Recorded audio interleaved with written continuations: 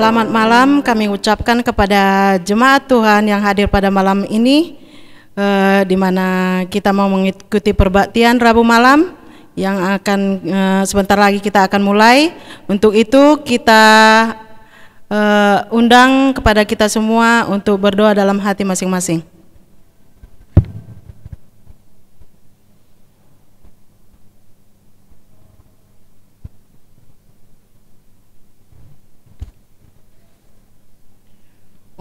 Untuk memulai perbaktian kita akan bernyanyi dari lagu Sion edisi lama nomor 292, Sudah Dekatlah Rumah di Surga.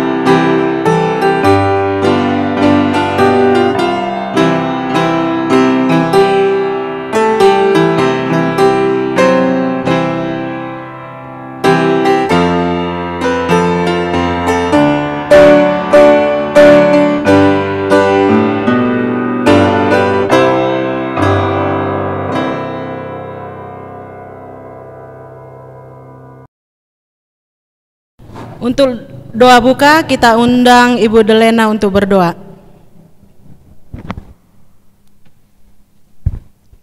Mari kita berdoa. Tuhan Allah Bapa kami yang bertata dalam kerajaan surga, terima kasih ya Bapa kepadamu yang sudah menjadi Allah yang maha baik bagi kami, Allah yang telah memelihara kehidupan kami sampai dengan pertengahan minggu ini. Bapa, kami ingin memulai perbaktian permintaan doa pada Rabu malam ini.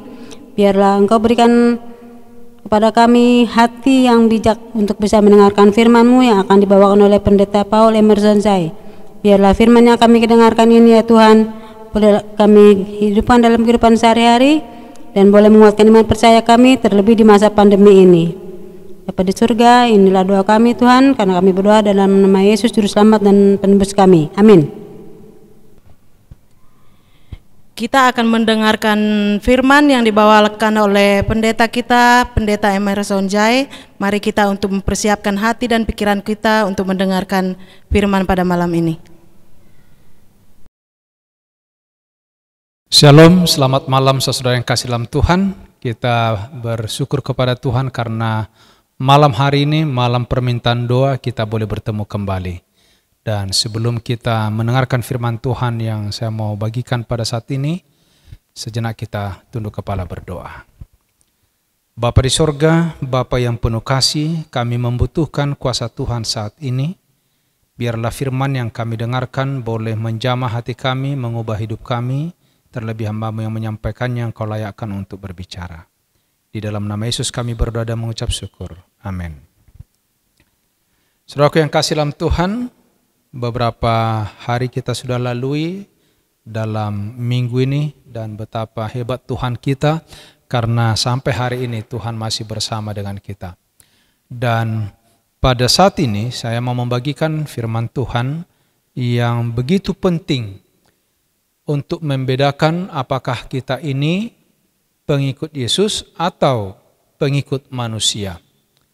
Beberapa hari yang lalu kita sudah mempelajari bagaimana satu pergumulan yang cukup besar yang dialami oleh para rasul oleh karena badai yang begitu besar menghantam perahu mereka di saat mereka sedang galau. Dan saat yang sama pertolongan tiba, Allah datang di dalam kegelapan untuk memberikan terang dan keselamatan buat mereka. Yang menjadi ayat pada saat ini dalam kitab Markus pasal yang ke-7 ayat 8. Firman Tuhan berkata demikian, perintah Allah kamu abaikan untuk berpegang pada adat istiadat manusia. Saudaraku, ada banyak di atas dunia ini yang begitu ketat dengan adat istiadat. Tradisi para orang tua, leluhur, yang dibawa terus menerus, dan memang ada hal-hal baik yang ada di sana yang patut untuk dituruti, tetapi tidak sedikit bermasalah dengan masalah keagamaan, oleh karena itu bertentangan dengan firman Tuhan. Ada banyak pemikiran-pemikiran yang masih animisme, pemikiran-pemikiran yang masih ortodoks, yang membuat kebenaran boleh menjadi pudar kuasanya, bahkan lebih meninggikan tradisi. Peristiwa yang terjadi pada zaman Yesus.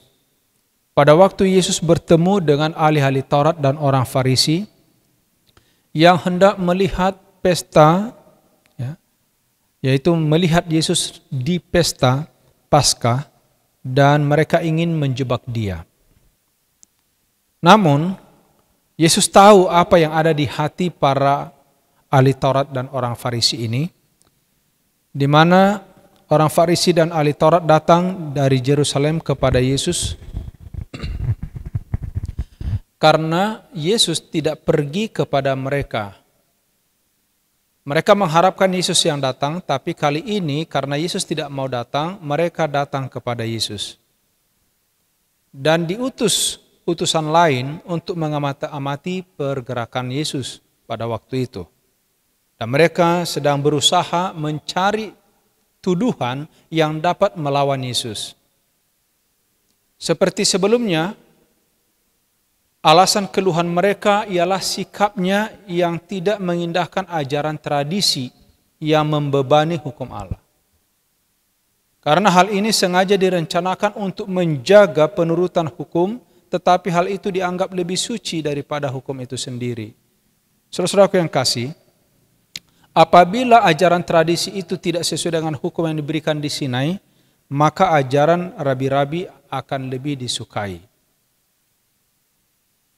Sementara orang banyak sedang sibuk dengan martabat yang tidak berarti, serta segala peraturan yang tidak dituntut Allah, justru perhatian orang-orang ini, ahli-ahli Taurat dan orang Farisi, mengalihkan pemikiran-pemikiran orang banyak dari prinsip-prinsip hukum Allah yang besar itu. Di antara penurutan yang dirasakan dengan keras ialah penyucian menurut hukum upacara. Saudaraku yang kasih dalam Tuhan, bagi orang Yahudi, bagi ahli-ahli Taurat, orang Farisi, satu kelalaian terhadap tata cara yang harus diturut sebelum makan dianggap menjadi satu dosa yang mengerikan, yang akan dihukum baik di dunia maupun di dunia yang akan datang. Dan orang ini akan dibinasakan dan dianggap sebagai mereka, oleh karena membinasakan orang itu, mereka dianggap sebagai orang yang berbuat kebajikan. Luar biasa. Itulah yang terjadi juga sekarang ini. Ada orang yang oleh karena tuntutan hukum yang mereka percaya, tradisi yang mereka percaya, pada waktu orang lain tidak menurutinya dalam anggapan mereka, mereka binasakan itu orang, dan mereka sendiri menganggap perbuatan mereka itu kebajikan, pahala. Jadi membunuh orang, membinasakan orang lain, oleh karena melanggar peraturan mereka, melanggar tradisi mereka, dianggap ahli-ahli Taurat ini dan orang Farisi sebagai orang yang berbuat kebajikan. Ngeri sekali saudara-saudara. Dan upacara basuh tangan, inilah yang sebenarnya yang menjadi alasan untuk menjerat Yesus pada waktu itu. Kenapa? Kristus dan murid-muridnya tidak mentaati pembasuhan menurut tata cara yang mereka sudah buat.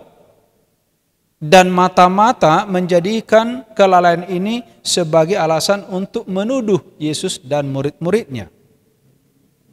Saudaraku yang kasih dalam Tuhan, meskipun demikian, mereka tidak langsung menyerangi Kristus pada waktu itu.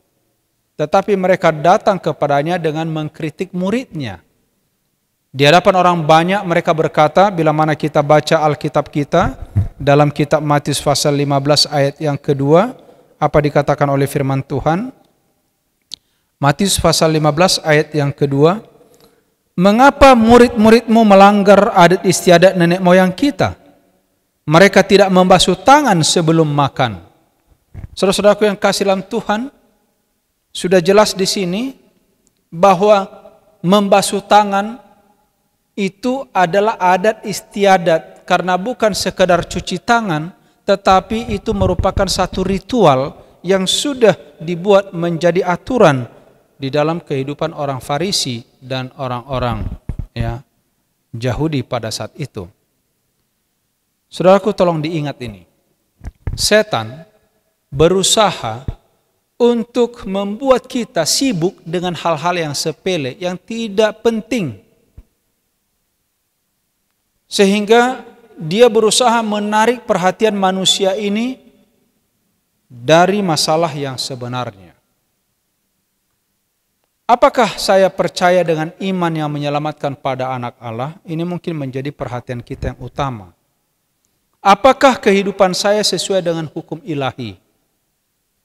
Yohanes 3:36 dan 1 Yohanes pasal yang kedua ayat yang ketiga, firman Tuhan berkata demikian. Barang siapa yang percaya kepada anak, ia akan beroleh hidup yang kekal, tapi barang siapa tidak taat kepada anak, ia tidak akan melihat hidup. Dan inilah tandanya bahwa kita mengenal Allah, yaitu jikalau kita menuruti perintah-perintahnya. Saudara-saudaraku yang kasih dalam Tuhan, setan sedang bekerja, berusaha mengalihkan pikiran manusia dari anak Allah itu sendiri. Dan kalau orang tidak percaya kepada anak, artinya binasa, saudara-saudara. Ya, jadi kalau kita melihat di sini bagaimana cara setan yang luar biasa untuk membinasakan manusia, cara yang paling besar dia lakukan ialah melarang orang, membuat pikiran orang tidak percaya kepada Yesus. Dan orang yang tidak percaya kepada Yesus sudah pasti tidak turut perintahnya. Atau ada orang menerima Yesus tapi tidak mau menuruti perintahnya.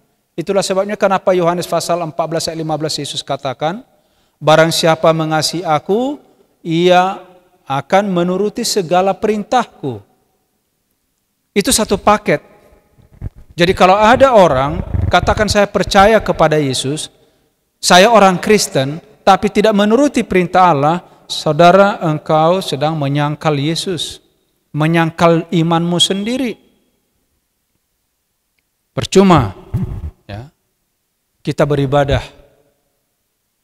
Yesus berusaha menunjukkan pada waktu itu kesalahan ahli-ahli Taurat ini. Dia tidak berusaha mempertahankan murid-muridnya, tidak.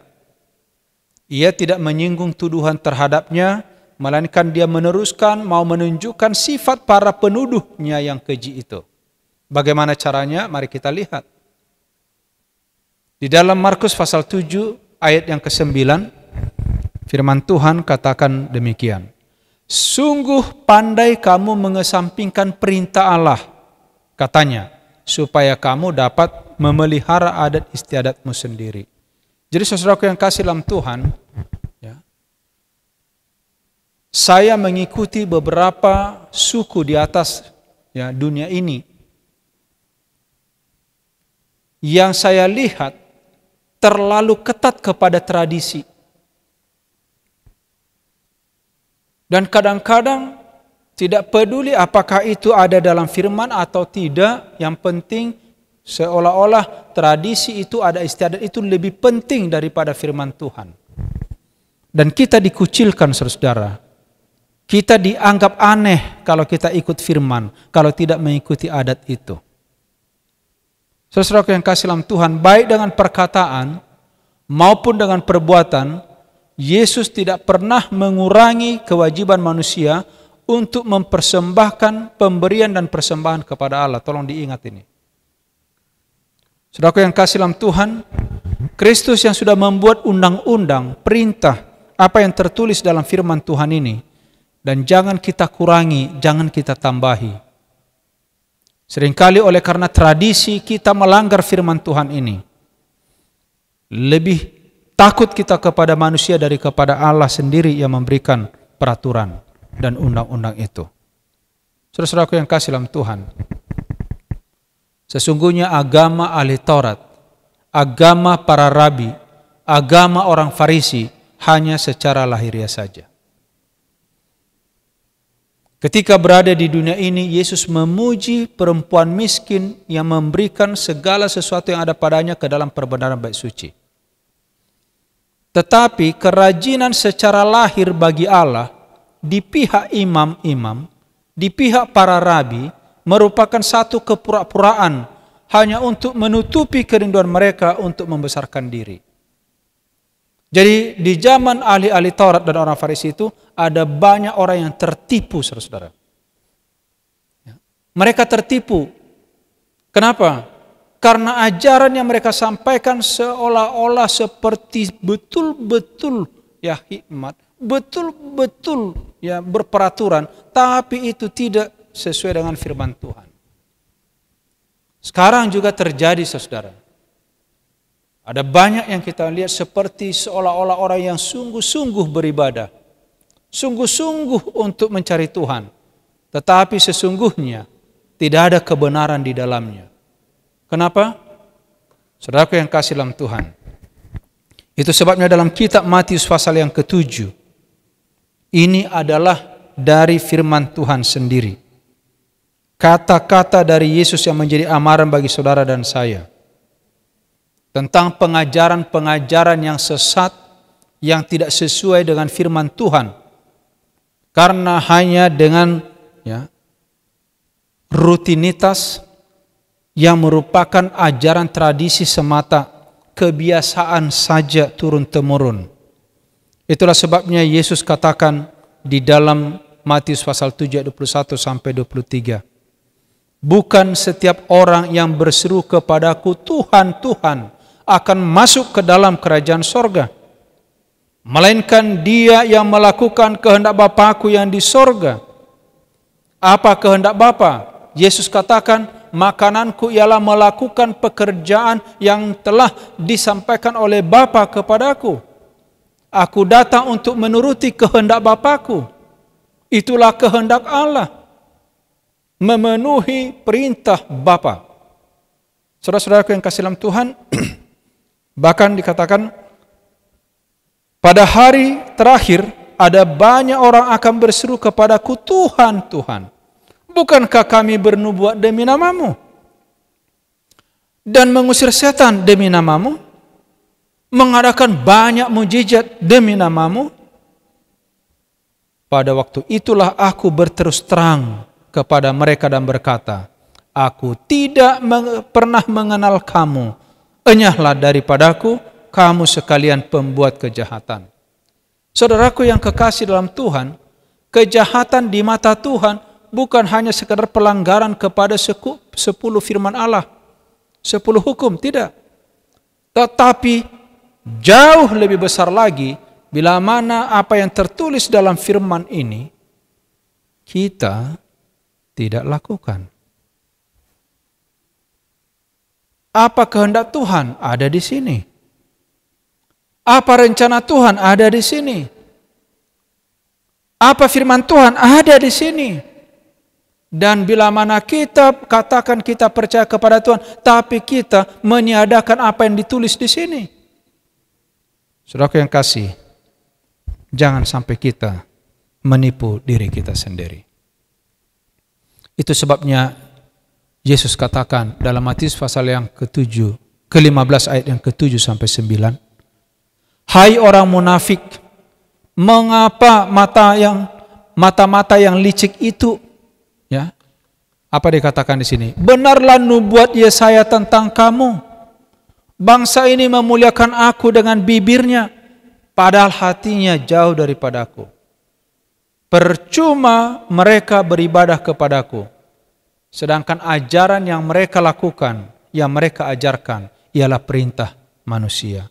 Saudara-saudaraku yang kasih dalam Tuhan, mari kita periksa diri kita saat ini. Siapapun saudara saat ini yang sedang mendengarkan firman ini, mari kita berkaca kepada firman Tuhan. Mari kita berkaca kepada apa yang dikatakan oleh Allah. Saudara-saudara, apakah kita di pihak Allah atau kita sedang mengajarkan ajaran manusia? Mari kita selidiki firman Allah ini dengan sungguh-sungguh, dengan rendah hati, dengan pertolongan Rohul Kudus, agar kita mengerti, agar kita tidak bersalah, agar kita bukan orang-orang seperti orang munafik yang dikatakan di sini, yang beribadah begitu, ya, hikmat, tetapi sesungguhnya, ya, mereka sedang melakukan apa yang bukan diajarkan oleh Tuhan. Saudaraku yang kasih, itulah sebabnya Yesus menjelaskan kepada orang banyak bahwa penajisan datang bukan dari luar, melainkan dari dalam. Kesucian dan kenajisan ada sangkut pautnya dengan jiwa, saudara. Adalah perbuatan yang jahat, perkataan yang jahat, pikiran yang jahat, pelanggaran hukum Allah, dan bukannya kelalaian terhadap tata cara lahiriah rekaan manusia saja yang menajiskan manusia. Saudara-saudaraku, saya pernah ditanya seseorang, Pak Pendeta, kan ada dalam firman Tuhan, bukan dari luar yang menajiskan orang, tetapi dari dalam. Saya bilang benar, dan benar sekali jawabanmu. Saya bilang, oh kalau begitu, kenapa kita tidak makan ini, kenapa kita tidak minum ini, kenapa dilarang, ya? Ini dikatakan haram, ini dikatakan merusak. Saudara-saudaraku yang kasih dalam Tuhan, saya katakan kepadanya, racun tidak akan pernah membunuhmu kecuali engkau mengambil untuk engkau minum. Racun di luar sana, makanan haram di luar sana, tidak akan pernah sampai ke mulut, tidak akan pernah sampai ke dalam tubuh, kalau pikiran ini tidak lebih dahulu memerintah. Itulah sebabnya Tuhan katakan, dari pikiranmu, ya, dari dirimu lebih dahulu, ya, kejahatan itu ada di sini, muncul lebih dahulu. Saudara yang kasih dalam Tuhan, sekiranya ada di sini uang tercecer, mungkin emas tercecer, berlian tercecer. Ya.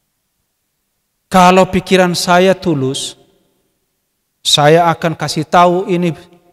Ya, saya akan bertanya ini siapa punya. Mungkin saya harus simpan sampai orangnya datang. Ya, karena tulus saya. Tapi kalau sudah rusak pikiran ini di dalam lebih dahulu, enggak usah kelihatan ini uang. Yang tidak kelihatan pun saya akan ambil, saudara-saudara. Itulah sebenarnya contoh yang dilakukan oleh Yesus kepada mereka. Bukan dari luar yang menajiskan orang, tapi dari dalam. Karena semua yang najis yang ada di luar sana tidak akan pernah menajiskanmu, menajiskan saya, saudara-saudara semua, sebelum pikiran kita ini najis, hati kita ini kotor. Saudara-saudara yang kasih dalam Tuhan, malam hari ini di kalangan orang Kristen sekalipun terdapat kebiasaan dan adat istiadat yang beralaskan tidak lebih baik daripada tradisi nenek moyang. Karena mereka hanya mau ikuti apa yang dikatakan dari sononya, turun temurun. Saudaraku, mari kita selidiki firman Tuhan. Mari kita selidiki Alkitab ini baik-baik. Jangan kata orang, tetapi biarlah seperti Yesus menjawab iblis pada waktu Yesus dicobai di padang belantara. Ada tertulis. Saudara yang kasih dalam Tuhan, setiap pertanyaan, setiap pernyataan, setiap argumentasi, perdebatan apa saja, itu sebenarnya harus kita hindarkan yang membuat kita berselisih faham. Cukup ada tertulis. Manusia berpaut pada tradisi, menghormati adat istiadat, sementara mereka menyimpan kebencian dalam hati terhadap orang-orang yang menunjukkan kesalahan mereka. Itu yang terjadi di zaman Yesus, saudara. Dan bila mana dewasa ini kita disuruh menarik perhatian kepada hukum Allah serta iman kepada Yesus, kita melihat ada permusuhan yang sama sebagaimana dinyatakan di zaman Yesus. Saudara bisa bayangkan, saudara-saudaraku, ya, kita bawa orang kepada Yesus yang tadinya mencuri tidak mencuri, yang tadinya orang yang jahat tidak jahat, yang tadinya seorang pembunuh sekarang tidak membunuh. Tetapi saya heran, ada orang setelah bertobat karena terima Yesus malah dibenci, saudara-saudara.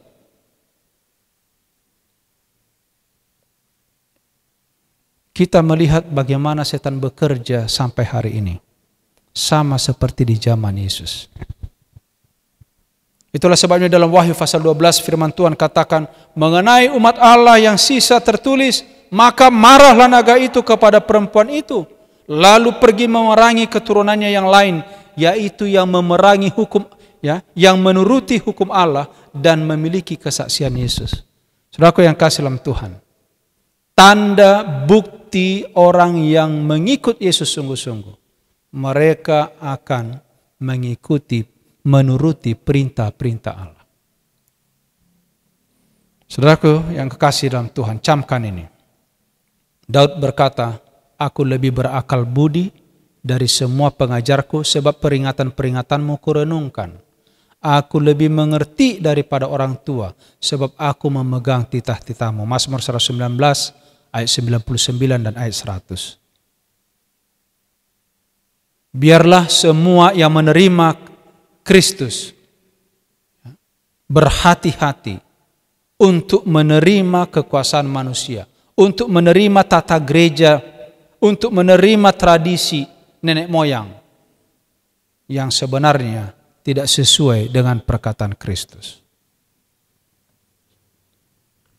Sekali lagi, saya mau sampaikan apa yang dikatakan oleh Yesus dalam ayat tema kita pada malam hari ini. Perintah Allah kamu abaikan untuk berpegang pada adat istiadat manusia. Semoga itu kita jauhkan, saudara. Jangan buat alasan, oh pendeta, ya, yang najis itu dari dalam bukan dari luar, itu kan diciptakan oleh Tuhan, bisa semua kita makan. ya saudaraku, saudara, jangan sampai saudara menipu diri sendiri. Kalau sudah tertulis di sini, apa kata Tuhan, baca baik-baik, renungkan baik-baik. Karena orang yang mengaku anak Allah, Yesus Kristus, yang menuruti perintahnya, mereka yang layak untuk diselamatkan. Semoga Tuhan menolong kita untuk tidak berdalih, untuk tidak menahan diri, ya, bercokol di dalam ajaran-ajaran tradisi, di dalam ajaran-ajaran turun-temurun yang tidak sesuai dengan firman Tuhan. Tuhan kiranya memberkati kita. Saudaraku, malam ini adalah malam permintaan doa. Bila mana ada nanti yang saudara ingin sampaikan kepada Tuhan, nanti pada waktu kita berdoa saya akan memberikan waktu. Mari kita berdoa bersama-sama.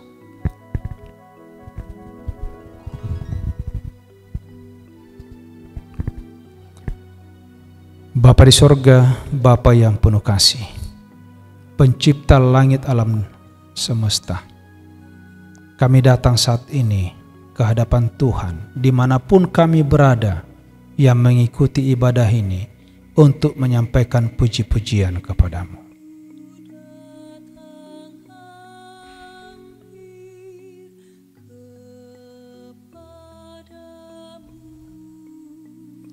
Bapa, Engkau Allah yang Maha Kudus.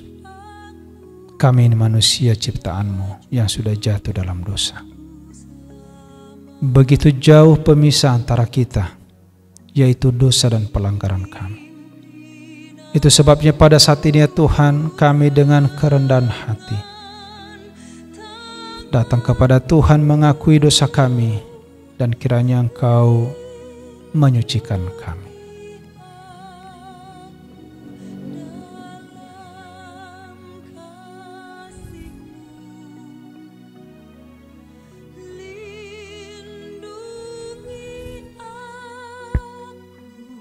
Bapa yang baik, Engkau tempat kami bersandar.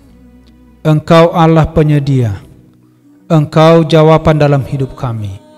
Itu sebabnya saat ini kami datang kepada Tuhan, memohon kepadamu, berkati umat-Mu dimanapun mereka berada. Rumah tangga, suami istri, anak-anak, bahkan bagi mereka yang sudah punya mantu dan cucu. Biarlah kiranya kebahagiaan yang datang dari Tuhan menjadi bagian mereka. Bapa, Engkau tahu sekarang ini kami sedang berada di masa pandemi yang luar biasa.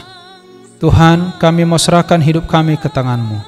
Kami tidak berdaya, kami tidak tahu apa-apa, dan kami tidak sanggup untuk menjaga diri kami sendiri dari semua wabah ini.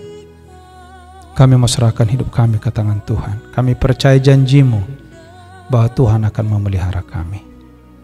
Bapa di sorga, kami berdoa bagi seluruh umat Tuhan dimanapun mereka berada. Berkati mereka di dalam pekerjaan, berkati dalam usaha tangan, berkati anak-anak yang masih dalam pendidikan, berkati mereka yang sudah dalam pertumbuhan supaya bertumbuh dengan sempurna. Demikian juga bagi mereka yang sedang mencari pekerjaan, berikan pekerjaan yang baik. Yang sedang menantikan kehadiran anak-anak di tengah rumah tangga mereka, berkati setiap rahim para ibu yang belum melahirkan. Demikian juga bagi mereka yang sudah menginginkan pasangan hidup, Tuhan kiranya tunjukkan pasangan yang baik dalam hidup mereka. Bapa, kami mau memohon kepadamu, berikan kami kuasa, pengertian, pemahaman, keberanian, agar kami juga boleh menjadi saksi kepada dunia ini untuk membawa pekabaran Tuhan, menyaksikan kebaikan-Mu, agar orang-orang boleh kami tuntun datang ke dalam kandang-Mu. Kami juga berdoa buat pemerintah kami, Tuhan berkati mereka, agar mereka Tuhan Engkau berikan hikmat, ketulusan di dalam memimpin negara kami dari yang tertinggi sampai yang terendah. Berikan kepada masyarakat juga hati yang mau bekerja sama, sehingga demikian ya Tuhan negara kami ini boleh menjadi satu negara yang diberkati penuh dengan damai, terlebih boleh selamat dari semua penyakit dan wabah yang sedang melanda dunia ini. Kami juga berdoa buat pimpinan gereja kami dari yang tertinggi sampai yang terendah. Berkati ya Bapa. Biarlah kami boleh bekerja bersama-sama melayani Tuhan, menyambut kedatangan-Mu yang kedua kali. Mungkin pada saat ini ada anak-anak Tuhan dari jemaat-Mu yang sedang sakit, ulurkan tangan-Mu, berikan kesembuhan. Bagi mereka yang sedang berduka, berikan penghiburan. Yang lemah iman, kuatkan iman mereka. Bila mana masih ada permohonan di antara anak-anak Tuhan saat ini, Bapa, sendengkan telinga-Mu.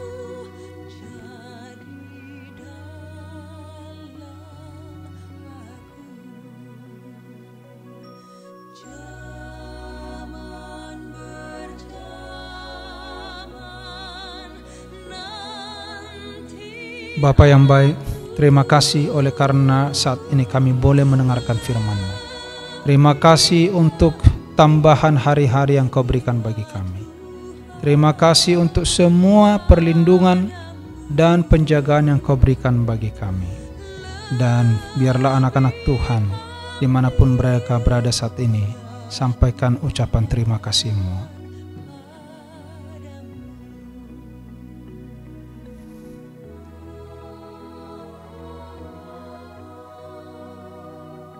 Terpujilah Engkau ya Tuhan atas semua kebaikan-Mu. Biarlah ibadah kami pada malam hari ini menjadi bobon yang harum di hadapan Tuhan, menjadi berkat bagi kami dan kemuliaan bagi nama-Mu. Kiranya kasih karunia Tuhan Yesus, kasih Allah Bapa, serta persekutuan Roh Kudus memimpin kami dari sekarang sampai selama-lamanya. Amin.